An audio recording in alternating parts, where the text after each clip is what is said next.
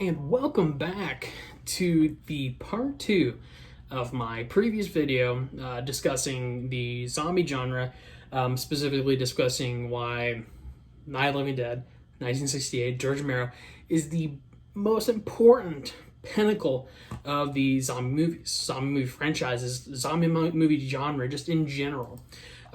So what this is going to be about is going to be talking specifically about why George Romero himself making this movie.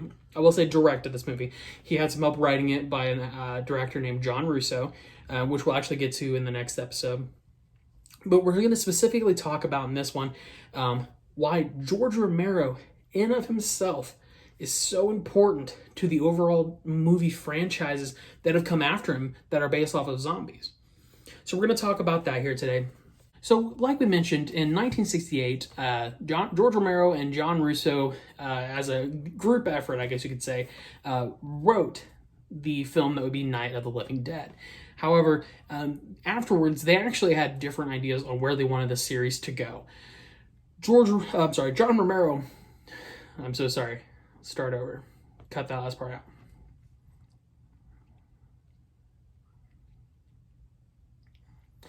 So what we're going to start with is, like we'd mentioned, 1968, Night of the Living Dead comes out. John Russo and George Romero, write the script. George Romero directs it, and it becomes a cult classic. It does really well for its time.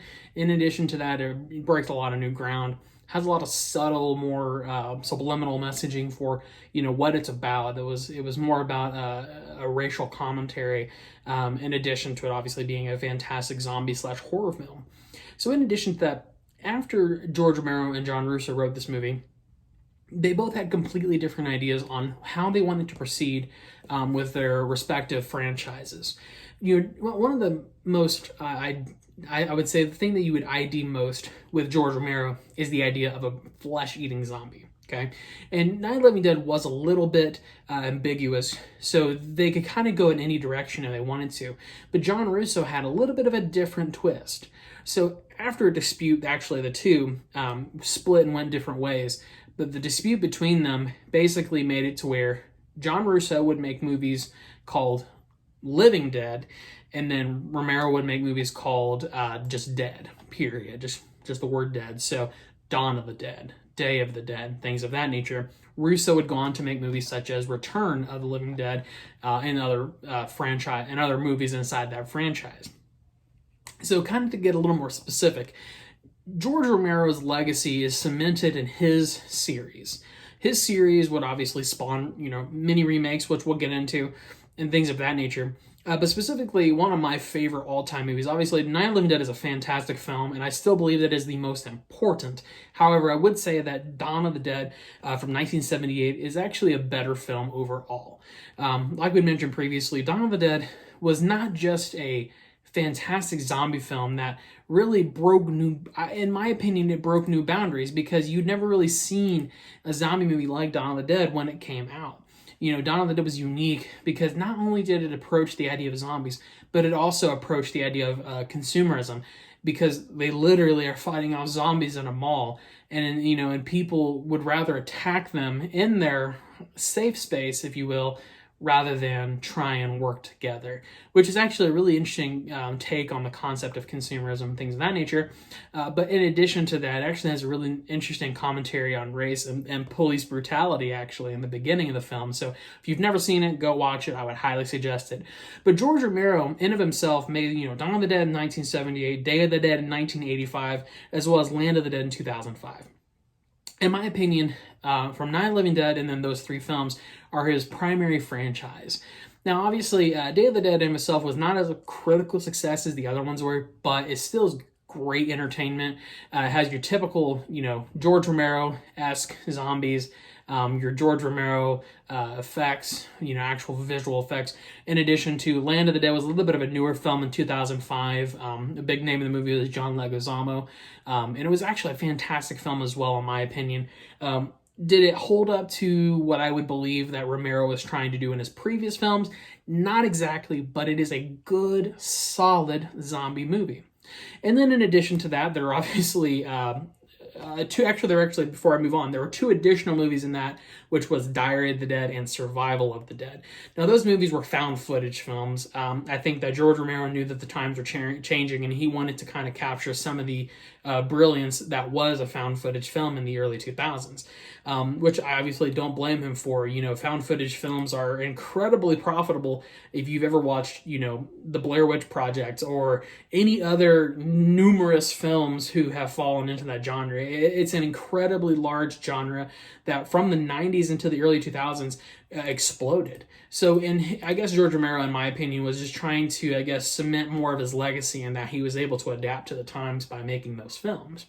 But in addition to that, there were a lot of remakes. All right, so I'm gonna save you the trouble. So obviously this is just one man's opinion, but I'm gonna save you the trouble. The best ones for you to watch are gonna be the Day of the Dead remake in 2008. Now, it actually stars Nick Cannon, like the Nick Cannon, and Ving Rhames, that was actually in the 2004 Zack Snyder remake of Dawn of the Dead.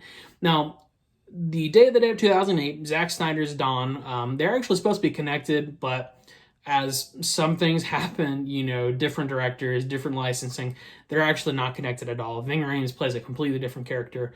No connection between the two except for it's got it's about something about George Romero, right, his films. But the 2008 remake of Day of the Dead was actually pretty solid. It kind of, it played into some of the campiness that you see in some of the 2000s and 2010s remakes of any movie, really. And the 2004 Dawn of the Dead remake by Zack Snyder, in my opinion, is almost as good as a George Romero film. Hey, what's up, geeks? It's Ike. So, a little snippet here. I'm just going to shove it right in during editing. So, something that just completely just breezed past me. It's almost like my mistake with Last Man on the Earth. I said it was made before the 60s, and it was made in 64. So, something I completely breezed past in this video when I was talking about the remake of George Romero's Dawn of the Dead, the Zack Snyder film Dawn of the Dead in 2004. Something I completely neglected to mention to you folks is that it is actually partly written by George Romero. He had a hand in the project.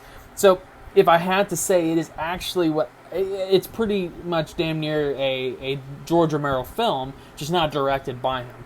So, when I say that it is pretty much the closest that a remake has ever come to a George Romero film, I mostly kind of talk about how it's not directed by George Romero, and George Romero has a very unique directing style. So, just kind of slip that in. I'm kind of dumb sometimes, but yeah, other than that, keep watching. It's going to be great.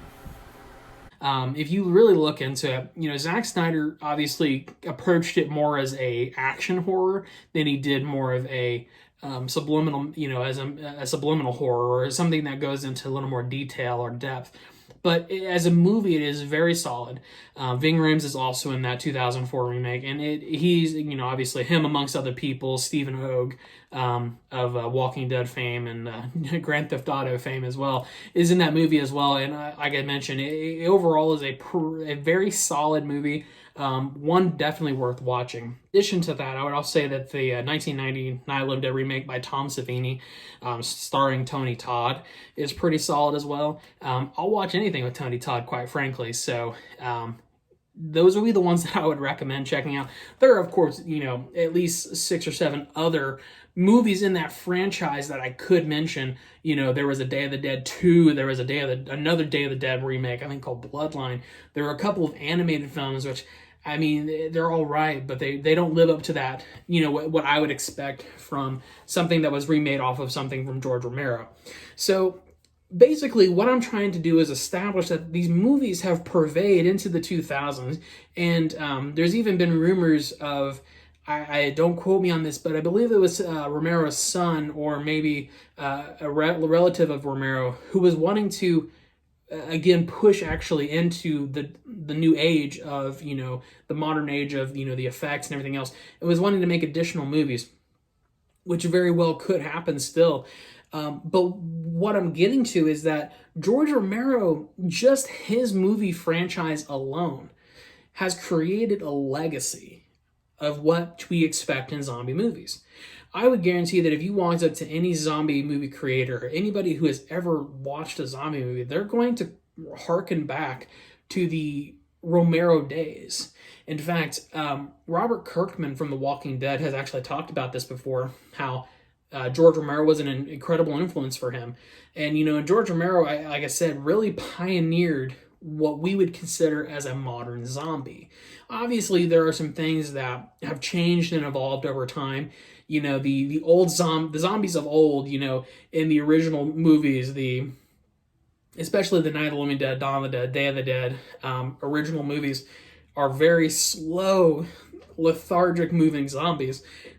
And then you see people like in the World War Z, for instance, these zombies are not just your normal zombie.